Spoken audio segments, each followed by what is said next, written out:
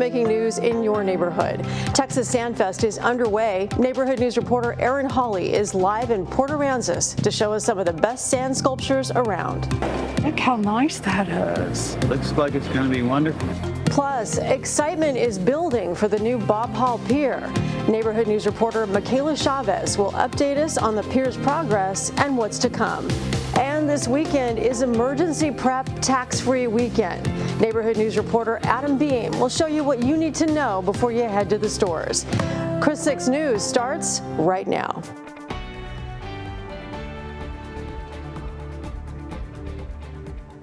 Thanks for joining us. I'm Suzanne Stevens. Andy Lascano has the night off. Before we get to your neighborhood news, meteorologist Bill Alexander joins us with a preview of our weekend forecast. Bill, how are things looking for Sandfest and Buck Days? Looking great. Banner days, I've been sending out messages about how nice it's going to be out there.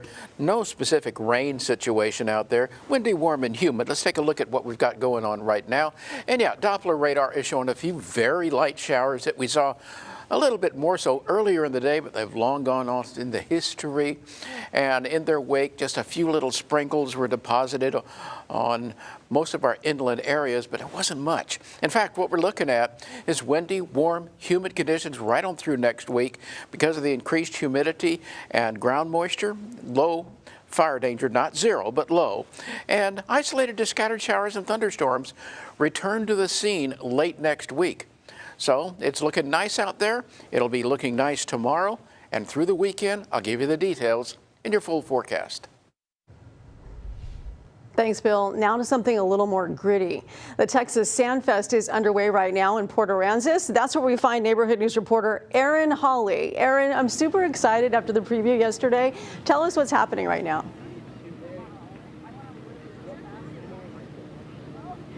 Suzanne, Sandfest is off to a great start right now. I mean, the weather out here is basically picture perfect. There are so many people out here enjoying the festival. And as you can see, there are actually some sand sculptors out here behind me working on these very detailed sculptures. I mean, these sand sculptors come here from all over the world to participate and compete in Sandfest. This is no joke. As you can see, there's a sculpture of a woman behind me. I mean, look at that detail. It's insane. And while the sand sculptors come here from all over the place for this, the visitors who come to attend the festival also come in and visit Port Aransas from all kinds of different places. I have some special guests here with me right now. Come on in, guys. All right, we got Marsha, we got Charlie, and we got Connor. Say what's up, guys. Hi. Hi. Enjoying the Sandfest. Say hi. You want to say hi? Hi. How's it going? Where are you guys from? Alaska. They're from Alaska. Is the weather here a little different than Alaska? I left 2 weeks ago and it was 40 degrees, so yes, it's a little warm. I'm used to ice sculptures, not sand sculptures, so these are really nice. So. That's awesome. So you're going from ice sculptures to sand sculptures. And how has your first Sandfest experience been so far? Good, really good, really good. What are you looking forward to for the rest of the weekend? A cold beer. Well, you heard it here first. She's looking forward to a cold beer. So Sandfest will be going on for the rest of the weekend. It is $30 for an all-weekend pass. So I'll send it back to the studio. Reporting live from Port Aransas, I'm your neighborhood news reporter, Aaron Hawley, KRIS 6 News. I'm Michaela Chavez, your sunrise reporter on Padre Island. You see that building behind me? Well, that's all that's left of Bob Hall Pier after Hurricane Hannah. But as you can see, construction crews are hard at work to bring the pier back to life as Nueces County commissioners just approved the final design for the restaurant that's taking over the space.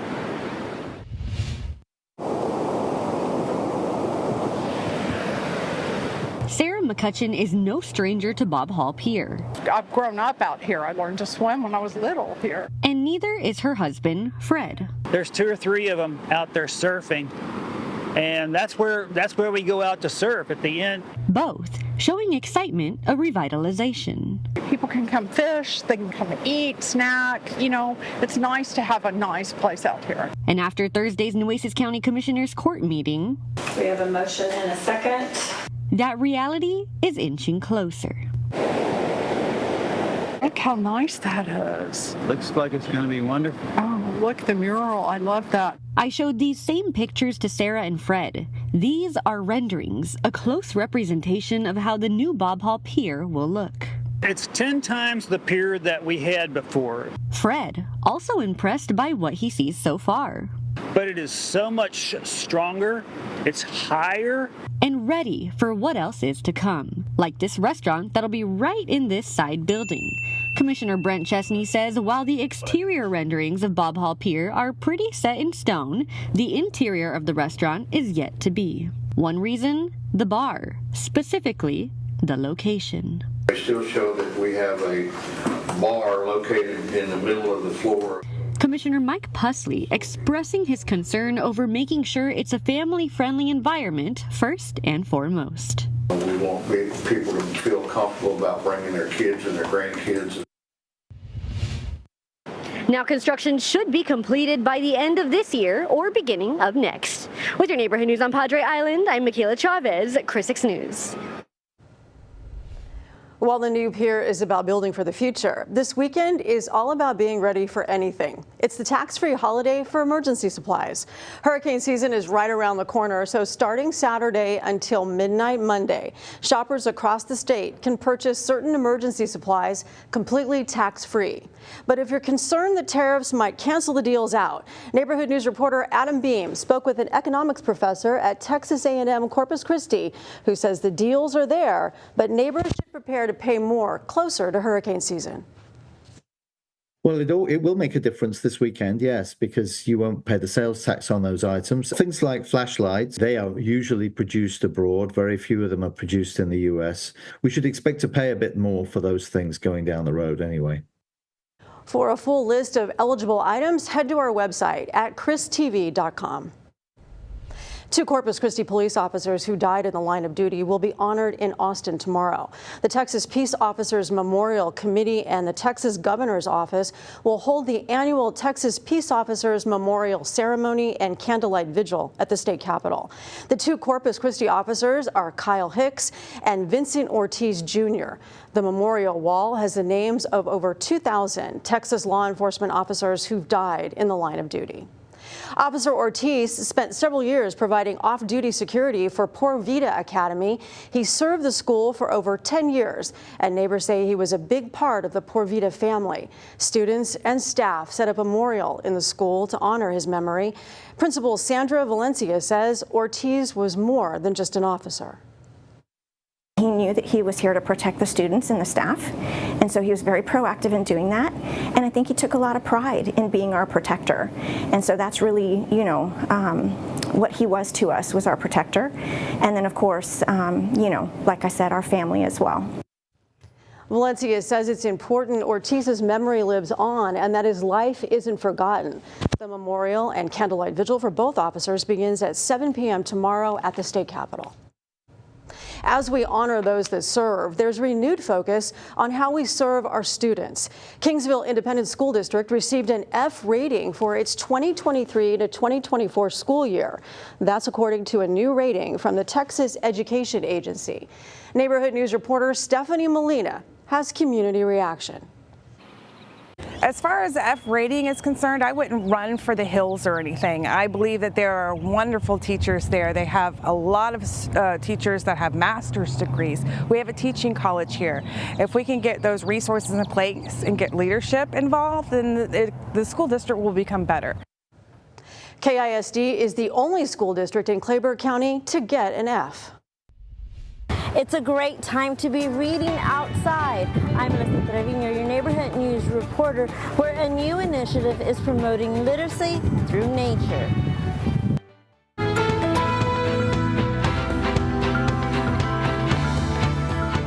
I'm Melissa Trevino, your neighborhood news reporter in Orange Grove, where these hammocks are a vital part of a new initiative to promote childhood literacy. Students here say it's different, but it's fun.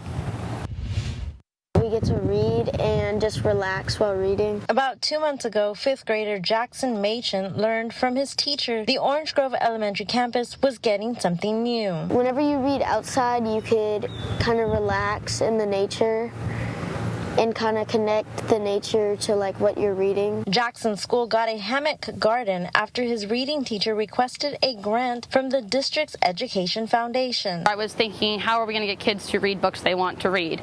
I struggled with that last year. Rachel Wiggins has taught at Orange Grove Elementary School for 8 years and tells me she loves to incorporate the outdoors into her lessons. A lot of what we do is like mandated reading. So through Facebook and other social media, we've came across this idea to kind of incentivize the kids to pick books of their own to be able to spend time reading. Mrs. Wiggins says she's seen kids struggle to read, especially when using technology. What's the difference for our young students between reading online and reading an actual book? I think it opens them to like a lot of books that they wouldn't be exposed to through internet and stuff like that. A lot of like classic novels and poetry. The garden, she says, is beneficial. I think it leads them to being a better reader for other genres and eventually like academic text.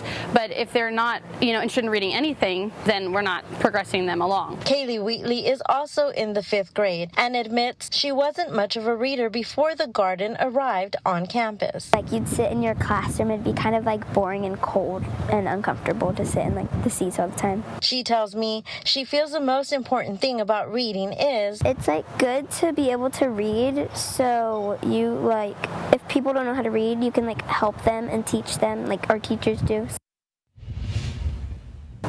The kids tell me they hope more schools will embrace an out-of-the-box initiative for learning. In Orange Grove, I'm your neighborhood news reporter, Melissa Trevino, KRIS 6 News. All right, we've hit the peak of your Friday afternoon traffic, and you can see the load out there on SPID in both directions. It's a little hazy, but it's otherwise pleasant. Let's go ahead and take a look at the details. Starting with the Harbor Bridge in both directions, green and looking good out there. But you get into the downtown area, it's really slow on 286 going into 37 right now. You expect that, but 37 seems to be flowing pretty well right now. Going on into SPID and to Saratoga, as well as the rest of 286, things are looking pretty good for this time of the day. Got a little bit of slowness on Everhart at Staples where it normally is, but it's looking great on the JFK Causeway, except a little bit of slowness getting on and off 361. Your full forecast is next.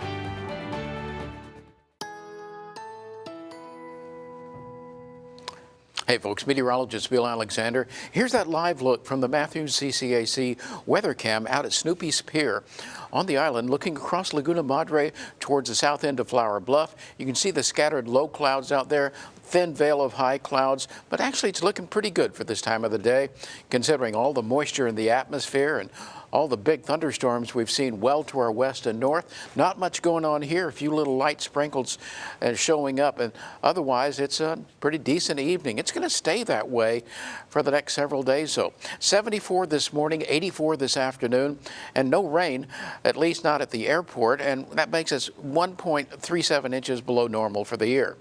Colder air, well, it's over the northern high plains, just 71 in Amarillo. A weak cold front sitting right up there just north of Lubbock right now. 80s and the lower 90s elsewhere across the state, and that includes our neck of the woods where the mercury is ranging from about 80 degrees at Port Aransas to the middle and upper 80s further inland. But here's a zoom in on your high-resolution KRIS 6 Neighborhood Weather Network, an exclusive here, and that's what we're going to be looking at. Temperatures on the south side ranging from about 80 to 83, 84 degrees, pretty decent actually. And you move on over to Beeville, about the same, uniform temperatures, lower 80s. Well, what about the peak winds? Well, they've been pretty decent today, 15 to 20 miles an hour in most locations, including on the island. I think folks are going to enjoy that. They spend the weekend on the island. It's going to be very pleasant. In fact, if you look across the board here, east and southeasterly winds, fairly consistent, 10 to 20 miles an hour with some higher gusts. Now, that has kept the dew points in place, though. Upper 60s to lower 70s, and there you feel that. And that's going to impact your overnight low temperatures, lower to middle 70s, a little warmer, a little milder along the coastline. But during the afternoon hours tomorrow, that switches, and you got the lower 80s along the coastline and middle to upper 80s near 90 in your neighborhood out there in George West, and that's looking pretty good, actually, all things considered. Now, if you're heading to the beach, coastal waters, there's a little caveat there. Yeah, mostly sunny and breezy, a little more cloudy in the morning, more sunny in the afternoon. Upper 70s for your air temperature, 80 degrees for the water temperature. Sounds inviting, right? Okay, southeast wind 10 to 15, gusting to 20 knots. That's going to make for slightly choppy to occasionally choppy bays, 3 to 5 foot seas, but also a moderate rip current risk. So remember that. We don't want you to get in trouble out there. If you get pulled out by a rip current, you have to be careful and use your head. It's a narrow channel of very strong current. Swim parallel to the beach to get out of it. Scream for help if you can, but tread water and stay above getting yourself into big trouble. So watch for those signals there. This front coming down here, it's not going to make it to us. The reason, upper level ridge hanging in here for most of the next several days. Our best rain chance comes up the latter part of the week as this disturbance moves across and gives us a decent shot at showers and thunderstorms. In the short term, just a few sprinkles out there. In the longer term, this is good news.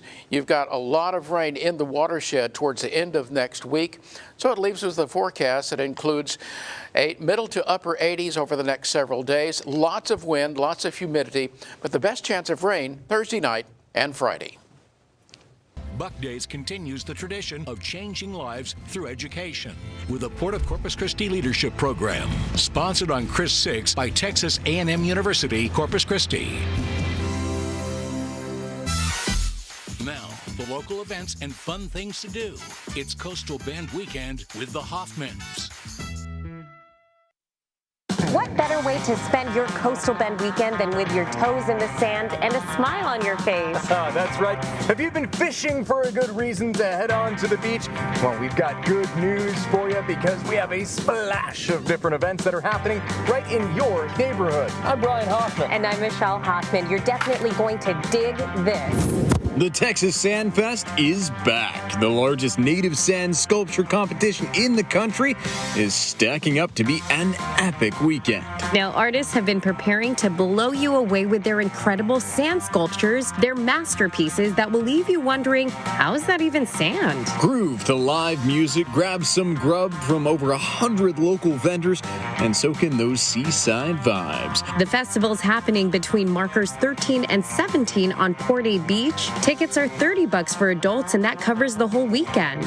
Kids 6 to 12 are just $5, and the little beach babies under 6, well, they're free. We also offer shuttles.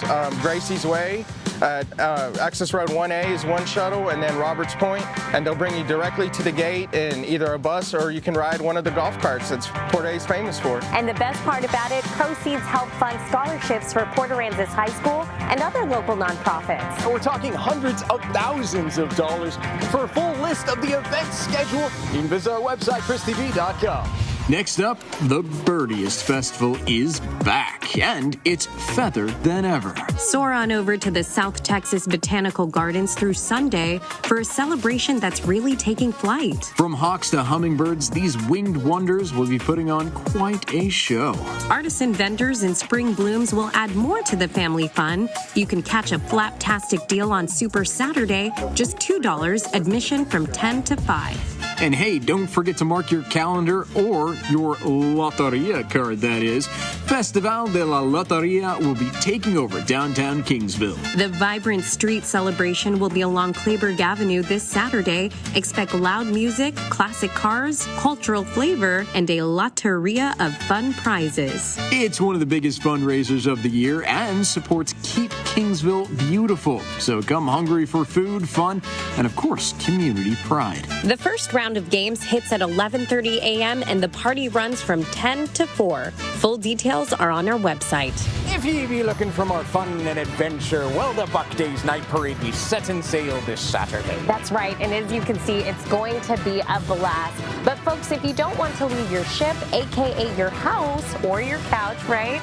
That's that's okay because we will have a special broadcast for you that will start at 7 p.m. We'll also have it live streamed at ChrisTV.com. And we'll be your host. For more information on any of the events we mentioned, you can always be heading to ChrisTV.com, matey. That's right, and if you want to see your event featured on a future Coastal Bend Weekend segment, make sure you send us a message. In your neighborhood from the island, I'm Michelle Hoffman. And I'm Brian Hoffman. Have a mighty fine weekend. Buck Days continues the tradition of changing lives through education with the Port of Corpus Christi Leadership Program, sponsored on Chris 6 by Texas A&M University, Corpus Christi. You're watching Chris 6, part of the Scripps News Group. Welcome back. It's the star of our solar system, and it's ready for its close-up. The Solar Orbiter spacecraft captured a high-resolution image of the sun 5 years into its mission. It shows the sun's million-degree hot atmosphere known as the corona. This is what it looks like in ultraviolet light. It's the widest high-resolution view of the sun yet and was accomplished by combining 200 individual images. That's all the time we have for tonight. Thanks for joining us. We'll see you right back here at 6 with more news from your neighborhood.